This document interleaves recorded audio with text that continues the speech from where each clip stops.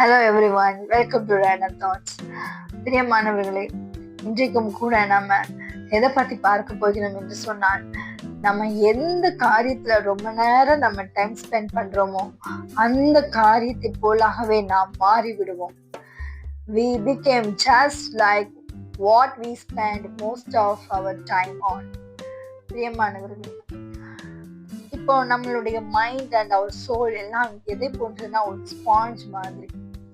நம்ம ஒரு ஸ்பாஞ்ச் எடுத்து தண்ணியில வச்சோம்னா அதை அப்படியே அப்சர்வ் பண்ணி கொள்ளும் அல்லவா? அதே போலதான் நம்மளுடைய மைண்ட், நம்மளுடைய ஹார்ட் எல்லாமே அப்படிதான். நம்ம எதை ரொம்ப நேரம் பாக்குறோமோ அது நம்மளுடைய மைண்ட் அப்படியே அப்சர்வ் பண்ணிக்கிட்டே இருக்குது, நமக்குள்ள அது இன்டேக் பண்ணிக்கிட்டே இருக்குது. நம்ம ரொம்ப நேரம் ரீல்ஸ் பார்த்துட்டே இருந்தோம்னா அதுல வர ஒவ்வொரு காரியங்களும் நமக்குள்ளாக என்ன செஞ்சுட்டு வந்தது. இப்ப கூட நீங்க நிறைய நியூஸ்ல பார்த்திருப்பீங்க, கிட்ஸ் எல்லாம் கேம்ஸ் விளாண்டு அவங்களுடைய தூக்கத்துல அப்படியே கேம் பிளே பண்ற மாதிரி, மொபைல ஸ்வைப் பண்ற மாதிரி அவங்களுடைய கைகளை பண்ணி கொண்டே இருக்கிறாங்கன்னு சொல்லி அநேக நியூஸ் சேனல்ல நம்ம சில தினங்களாக நம்ம நியூஸ் பார்த்திருக்கிறோம்.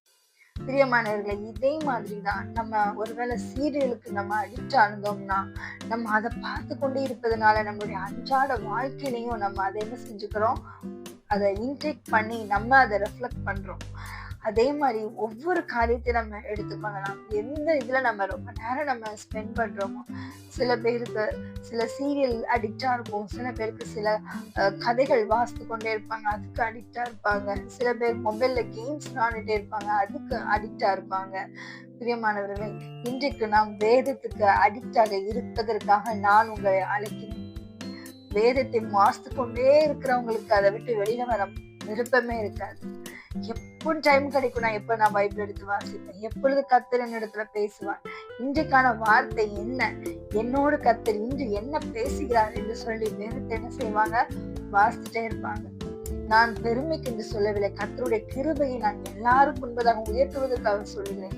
கொஞ்ச நேரத்துக்கு மேல இந்த ரீல்ஸ் எல்லாம் பார்த்துட்டு, இந்த போன்ல காரியங்கள் எல்லாம் பார்த்துட்டு இருந்தா நான் மனசுக்குள்ள ஒரு படபடப்பு, ஒரு பால்பிட்டேஷன் எனக்குள்ளாக வரும். பரிசுத்த ஆவியானவர் சொல்வார், போதும் போனை ஆஃப் பண்ணு, இதோட போன் ஆஃப் பண்ணு என்று சொல்லி. பிரியமானவர்களே, அது நான் மிகவும் பாக்கியமாக கருதுகிறேன். அதே மாதிரி பரிசுத்த ஆவியானவரை நீங்க வெல்கம் பண்ணீங்கன்னா அவர் உங்களுடைய ஹார்ட்ல வந்து நீங்க என்ன செய்யணும் என்ன செய்யக்கூடாது என்று சொல்லி உங்களுக்கு போதித்து வழிநடத்துவார்.